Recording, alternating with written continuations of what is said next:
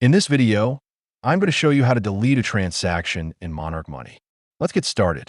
Monarch Money allows you to permanently delete individual transactions, but keep in mind this action cannot be undone.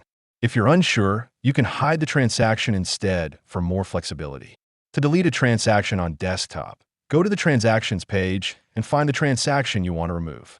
Hover over the row, then click to expand the transaction. Scroll down and select Delete. A confirmation pop-up will appear where you may need to confirm before it is removed.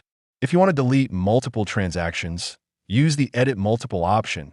Select the transactions, then click Delete. Once deleted, the transaction is removed from your balances, budgets, and reports instantly.